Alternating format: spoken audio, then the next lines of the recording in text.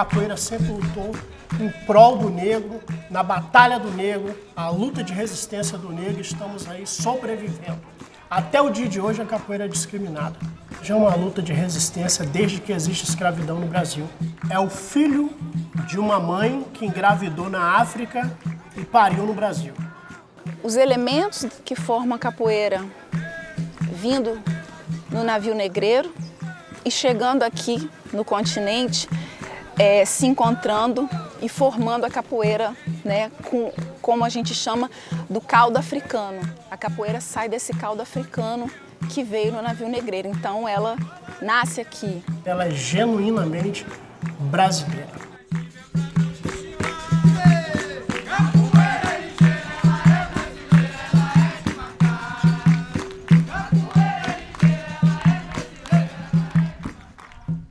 Eu defendo teimosamente que a capoeira ela tem muito dos nativos brasileiros. Foram eles que guiaram os negros para as fugas, que o negro não conhecia as selvas daqui. E o indígena, que também era capturado e escravizado, ele sabia. Ele era os guias das entradas e bandeiras da colonização, desde as capitanias hereditárias. Então, quando os negros foram se enfronhando, se misturando e precisavam fugir, o índio era o guia. Mas de lá para cá, muito sangue foi derramado. Principalmente na época que a capoeira foi proibida no Brasil. Muitos capoeiristas morreram, muitos capoeiristas foram capturados, levados para Fernando de Noronha e deixados lá para poder morrer. Que a capoeira tem 3 fundamentos. O primeiro dele, que é a roupagem do saltimbanco, que o capoeirista precisou para mostrar que era inocente, essa brincadeirinha, era de festividade. Palma, cantoria, risada, galhofa. Depois nós temos o aspecto místico dos patuás. Não era só no pescoço, não. Em qualquer parte do corpo que eles pedissem proteção, eles tinham uma guia, uma fita, uma cordinha amarrada, uma erva benta, alguma coisa. Uma erva sagrada, alguma coisa tinha. Eles chegavam a implantar patuás debaixo da pele. Por exemplo, o aú era uma prática dos mandingos, uma prática dos feiticeiros mandingos, ficar passando de aú. Eles tinham 2 arcos, um para a terra, o outro para o céu, para o que é etéreo. Então, é uma forma de buscar uma proteção para si, o aú. Então, o aspecto guerreiro da capoeira veio somar a dança, as crenças e a necessidade de ter uma batalha em que o corpo estivesse adaptado a ela. Você acha que um escravo que trabalha exaurido, debaixo de sol, mal alimentado, sem conforto, sem higiene, sem descanso, sem respeito, teria corpo para enfrentar capitão do mato? Armado até os dentes? Era briga de morte, era uma batalha de morte. Então, a capoeira deu àqueles corpos franzinos os recursos que faltavam, dentro da lógica do nosso corpo, um jogo de alavancas em giro. A perna de um capoeirista magrelinho, fraquinho, pesando 50 quilos, ela entra em giro, ela chega a 180 km por hora. Porque a capoeira guerreira é uma das, conforme consta esse livro aqui, é uma das armas mais letais que um corpo humano pode ter desarmado. O precursor da capoeira de grupo registrado chama-se Mestre Bimba, Manuel dos Reis Machado, nascido em 1900, no estado da Bahia. Ele criou o primeiro centro de cultura física, denominado de Luta Regional. Ali nasceu desde 1918. Então, o primeiro registro que nós temos de capoeira de grupo. Logo em seguida, apareceu a Academia de Capoeira Angola, do mestre Pachinha. Outra vertente também da capoeira, que nós temos a luta regional baiana e nós temos a capoeira. São 2 vertentes que se combinam. Isso tudo é capoeira. Quando o mestre Bimba cria a capoeira regional, e aí começa a ficar... tem um movimento muito grande de adesão, né? E a capoeira regional vai ficando muito famosa. E aí quando o mestre Pastinha, em oposição, fala, mas eu quero manter essa que a gente vem praticando até agora, né? E o mestre Pastinha também traz transformações à capoeira. Ele colocou o uniforme, por exemplo, né? Umas coisas que não tinha antes, instituiu um tipo de bateria e tal, que a capoeira era até então mais na rua e tal, daquela forma que a gente conhece. Historicamente, e aí esse momento de reconhecimento e que a capoeira começa a ir para determinados espaços, ocupar determinados espaços. Hoje, como já disse, nós estamos aí dentro das faculdades, dentro das escolas, dentro do centro cultural, dos teatros, e a capoeira ela vai crescendo, ela não para, nós estamos em 160 países. A capoeira, para quem não sabe, é o maior veículo da língua portuguesa no mundo. O nome dos golpes não muda. Né? É meia-lua aqui no Brasil, vai ser meia-lua lá também, independente do idioma que ela se encontrar. Diante da situação de opressão, de violência extrema, que foi a escravidão, a capoeira nasce desse meio, desse contexto, como forma de resistência àquilo que os escravizados estavam vivendo.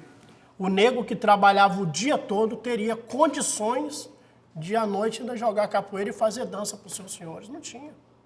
Não tinha. Até porque não existia essa capoeira de roda que a gente joga hoje.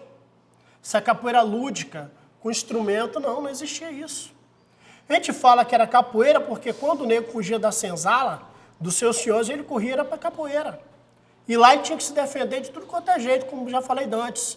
Ele tinha que dar pernada, pancada, paulada, cabeçada, mordida, chute, pontapé, cair na moita, para poder escapar dos seus senhores. O dia 14 foi o pior dia na nossa vida. Ah, mas por quê, cara? Por que não? Porque nós ficamos à revelia. Então, muitos foram virar bandido, foram obrigados a saquear a fazenda, porque não tinha mais o que comer. O negro vivia comendo os restos que caíam da mesa dos seus senhores, se alimentando, trabalhando. No outro dia não podia mais. Ó, tem uma lei aí que falou que não posso mais ter você aqui. Aí começou a outra situação na vida do negro. O que eu vou fazer agora? Essa vadiação aconteceu em busca da alimentação. Os ex-patrões, os ex-donos, proprietários deles, os contratavam para serviço sujo. Não era só para trabalhar, não. Para serviço sujo, perseguir, roubar. A capoeira é uma obra aberta. A capoeira ela é tão fantástica, além de ser cultura viva, porque ela vai se moldando a cada ano.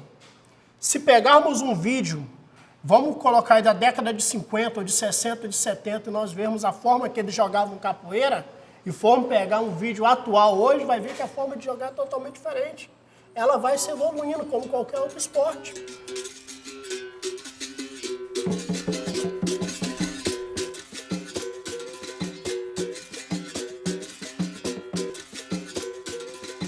A volta ao mundo na capoeira pode ter diversos significados, né?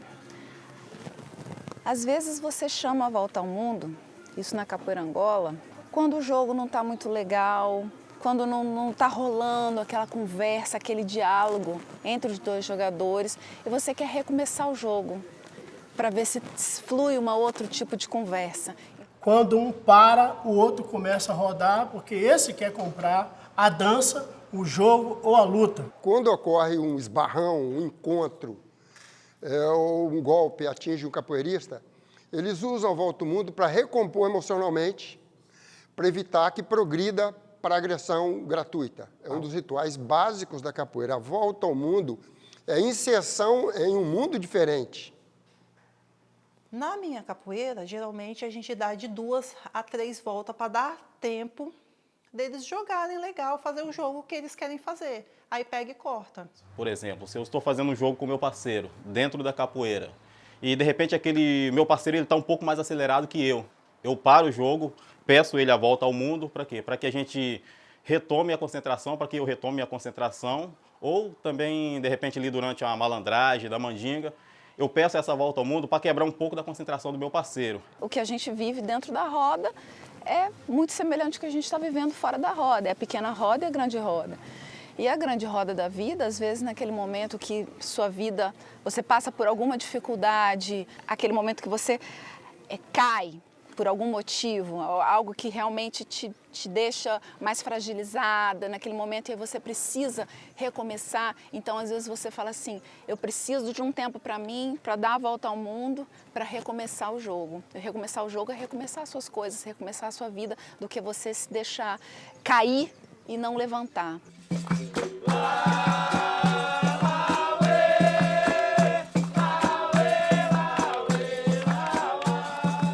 A minha avó chegou aqui no ano de 64. Quando a gente chegou nessa área que a gente tem hoje, não existia o bairro Divinópolis. Era propriedade particular, né? Tinha duas famílias, todas as duas famílias, era assim, por parte de pai e parte de mãe, que ocupava o bairro. Era particular, então eles começaram a vender. Nós aqui temos 55 anos e o bairro tem 45 anos. Minha família veio de Cachoeira de Santa Leopoldina. Minha mãe, minha avó, era de lá. Eles vieram um tempo ficar em Cariacica. De Cariacica, eles compraram essa área aqui, no ano de 64. E desde essa época que a gente nunca saiu daqui, sempre morou aqui. Já morreu todo mundo, vó, meus tios, que eram os primeiros donos, e continuou nós, os netos, ocupando a área. Eu nasci em Alegre, no município de Alegre, e cresci no interior de Pancas, uma cidadezinha que é o antigo contestado, né? A lei não existia lá e a gente via que a violência não era uma brincadeira para criança assistir, não. Eu era extremamente reativo a tudo, talvez por falta de coragem. Eu sempre fui magrelinho, franzino, levinho, qualquer um podia chegar e dar um croque na cabeça. E a capoeiragem me tirou desse universo estranho, que era querer ser forte. E eu virei mestre de capoeira aos 24 anos de idade. Eu vim de Minas Gerais, eu sou mineiro, moro no Espírito Santo desde 1 ano e meio de idade. Então a gente veio morar num bairro aqui chamado Nova Carapina, no município de Serra. E então de Nova Carapina a gente veio para o bairro Caçaroca, Serra Sede, e fica bem às margens ali da BR-101, né? E a gente morou ali cerca de 3 ou 4 anos, até que surgiu um loteamento novo, que é a comunidade Divinópolis. Foi onde a gente veio para Divinópolis. Hoje a gente consegue tocar um projeto social dentro da comunidade, a gente consegue influenciar as pessoas, a gente consegue oferecer a algumas pessoas da comunidade o que a gente não teve na infância. No ano 2004 eu comecei a treinar capoeira no grupo Raiz Brasileira.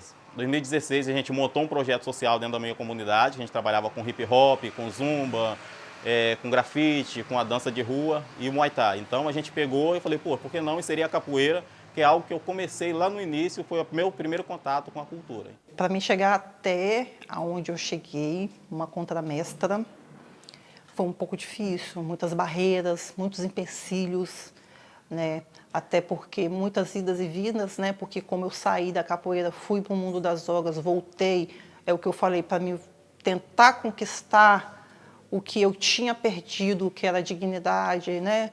Tudo, graças a Deus eu recuperei. A minha volta ao mundo começou em 1977, quando eu iniciei a prática da capoeira em Ares do Espírito Santo.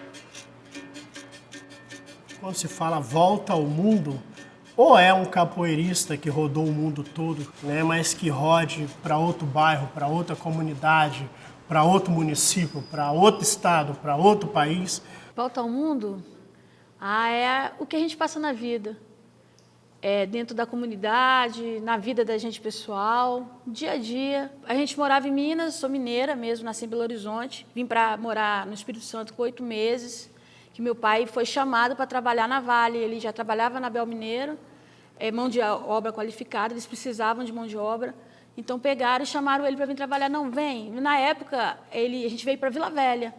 Mesmo Vila Velha morava de aluguel, foi onde a gente conseguiu. Eu, com 6 anos, eu vim morar aqui, em São Diogo. Aí a gente veio para cá, veio pequeno, veio eu e meus irmãos. Nós somos em 8 irmãos. A nossa vinda para cá foi em busca de oportunidade. Família grande, né? Aquela dificuldade toda de você... Eu, com 6 anos de idade, eu tinha... Para mim, comer pão eu tinha que sair para vender pão. Eu, muito novo, no cenário de guerra, porque muitas pessoas que vinham de Minas, da Bahia, e vinham assim, às vezes fugido, corrido. Então, em meio às famílias, tinha um ambiente de muita violência, muita criminalidade. A gente não dormia à noite, a gente fazia uma fogueira na rua e ficava todos os moradores de bem acordados, porque tinha o risco de todo momento alguém invadir a sua casa. Então, assim, a gente até fazia assim, escrevia na casa, tem dono. E o que me marcou foi que ali a gente tinha uma união. Todos tinham um objetivo, que era a sua moradia, e tinham uma união. A volta que eu vi ali, era essas coisas que começaram depois, a gente começar a conquistar tudo aquilo que a gente precisava no bairro de uma forma muito unida. A gente precisava de uma escola, a gente unia, fazia o protesto, parava a BR. Com 4 anos de idade, eu via as máquinas cortando para fazer as ruas. Me dava vontade de brincar com os meninos lá atrás da máquina, né? Mas eu era menina, não podia, né? Nós descíamos fazer farinha no vizinho, o vizinho fazia farinha aqui, a gente ia para a roça, arrancava mandioca. A minha avó plantava mandioca, plantava cana, plantava feijão, que era a área toda, que era toda a área dela, né? Até hoje café, pezinhos de café no quintal, que ela plantou café também, chegou a plantar café, ela criava galinha, criava porco. Muitos anos ficamos com as ruas de barro batido, muitos anos mesmo, demorou muitos anos. Aí depois chegou a água, chegou a luz, a escola melhorou.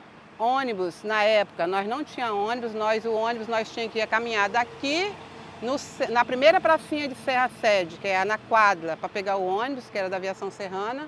A gente tinha que pegar o ônibus lá e quando vinha, descia lá e vinha pela BR a pé. Nós não tínhamos ônibus. E passando o tempo a gente conseguiu uma linha com muita luta a gente conseguiu uma linha de ônibus, né? A infância foi sofrida dia e noite e dia. Dormia nas calçadas quando estavam vazias. Realidade da favela só sabe quem vive nela. Fugiu do desespero, mas convive com as sequelas. Vivia sem carinho, sem cuidado, sem amor. Hoje encontrei a luz, obrigado meu Senhor. Realidade da favela só sabe quem vive nela. Fugiu do desespero, mas convive. Quando a gente pensa em moradia, a gente está falando o quê? Um lugar que tem uma infraestrutura, tem área de lazer, tem escola, tem transporte público. E naquele momento a população estava crescendo muito e sem essas condições. Porque o Estado brasileiro, via governos estaduais, federais ou municipais, possibilita tanto incentivos fiscais como infraestrutura para a indústria se desenvolver, para a economia se desenvolver. Ao mesmo tempo, falta recursos para possibilitar esses direitos básicos. Mas ao mesmo tempo que a gente percebe que a população ela se organiza. Principalmente depois dos anos 70 e 80, a população desses municípios, desses bairros, na verdade, vão se organizar e vão lutar para ter uma escola, um posto de saúde, para ter uma linha de ônibus, como a dona Aparecida falou. E aí eles vão fazer isso da forma que eles têm.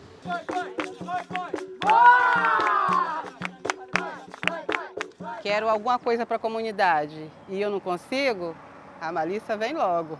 É muito diálogo e se o diálogo não tiver resultado, nós temos uma chave na mão que é a BR-101, né? É a BR-101 que nos ajuda a gente para a BR e aí os responsáveis vêm, a autoridade vem, conversa e marca reuniões, a gente faz reuniões e dali surge uma esperança para que a gente continue lutando para conseguir. A malícia, eu estou brincando com o meu parceiro, jogando a capoeira, quando ele pensa que não, vou lá na perninha dele, o cara caiu.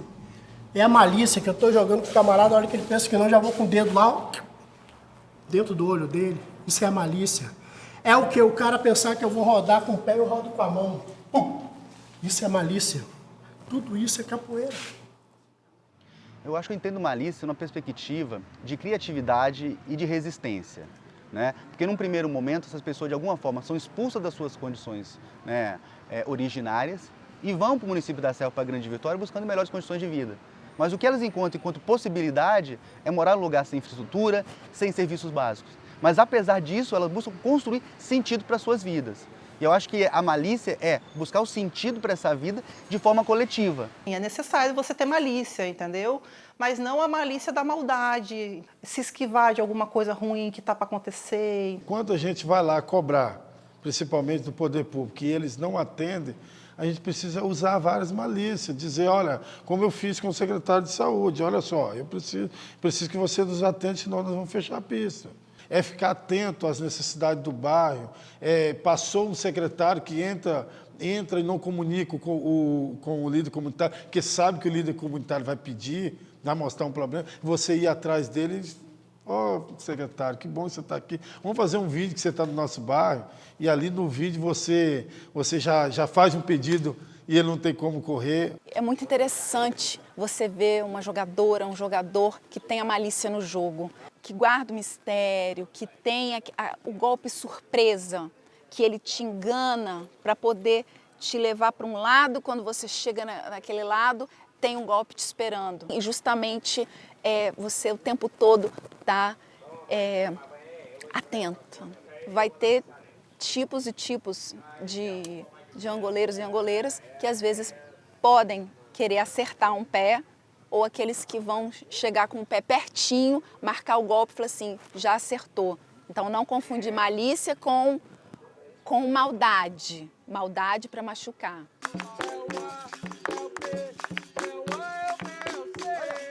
A malandragem na capoeira em si, ela arremete muito a você tentar ludibriar o seu companheiro de jogo, certo?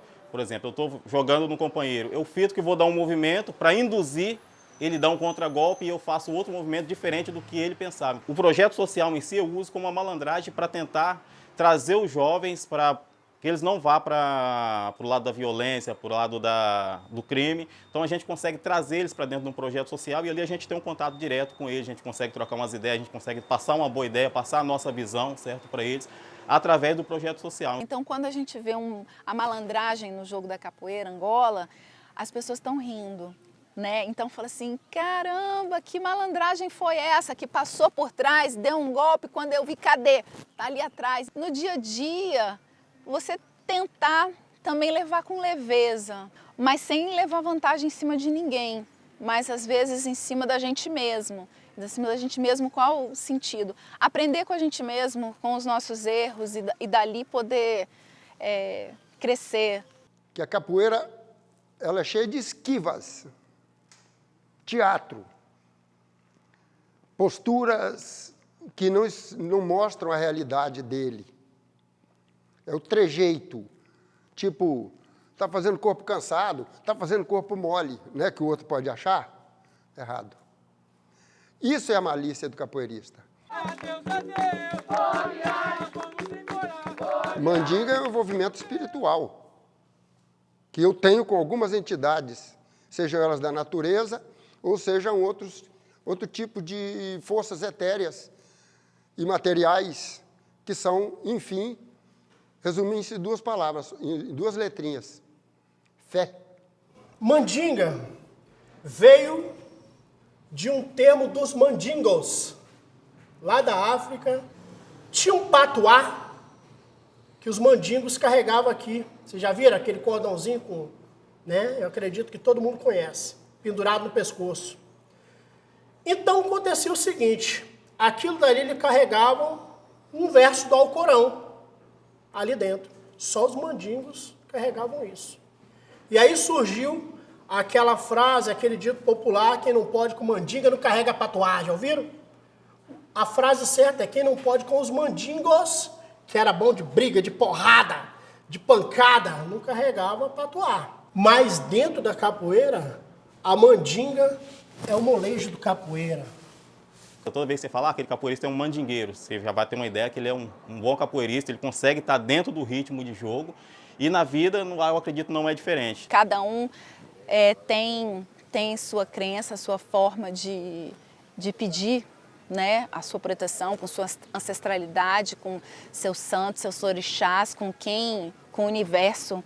Ter a mandinga para poder entrar no jogo, para poder não se machucar e conseguir sair ileso e, né, poder continuar jogando capoeira. A gente joga isso também para a hora do jogo, a questão de você, às vezes, com um rodopio, com um movimento de braço, você dá uma enfeitiçada também no companheiro que você está jogando e dali, daquela daquele movimento você tirar um golpe. Então, assim, você mandingou, tipo, enfeitiçou e depois você manda um golpe. Exalta as coisas boas que eles fizeram também, porque não só fizeram coisas ruins. A gente exalta e diz, olha, a gente está precisando disso, olha só como seria bacana você fazer isso também. Isso ia agraciar a sua liderança, a nossa liderança, como na frente do nosso bairro, e vocês da prefeitura. E aí a pessoa não percebeu, ficou ali enfeitiçado e quando vê o golpe chegou. Então, na vida, as coisas podem não ser do jeito que a gente gostaria, né? E se não é algo que fere o nosso caráter, se não é algo que fere os nossos princípios, a gente às vezes pode pensar de outra forma, outros caminhos, entendeu? Ter um jogo de cintura para conseguir também seguir em frente, caminhar e realizar nossos objetivos, nossos sonhos. A ginga é isso. Isso é a base da ginga. Dizem que isso imita o andar do malandro. A gente anda assim. Não é assim que a gente anda? Olha a posição da mão. A ginga é isso. Ó, é isso a ginga.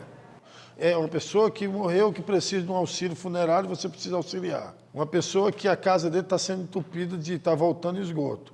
O outro caiu uma barreira, você também já tem seus problemas pessoais.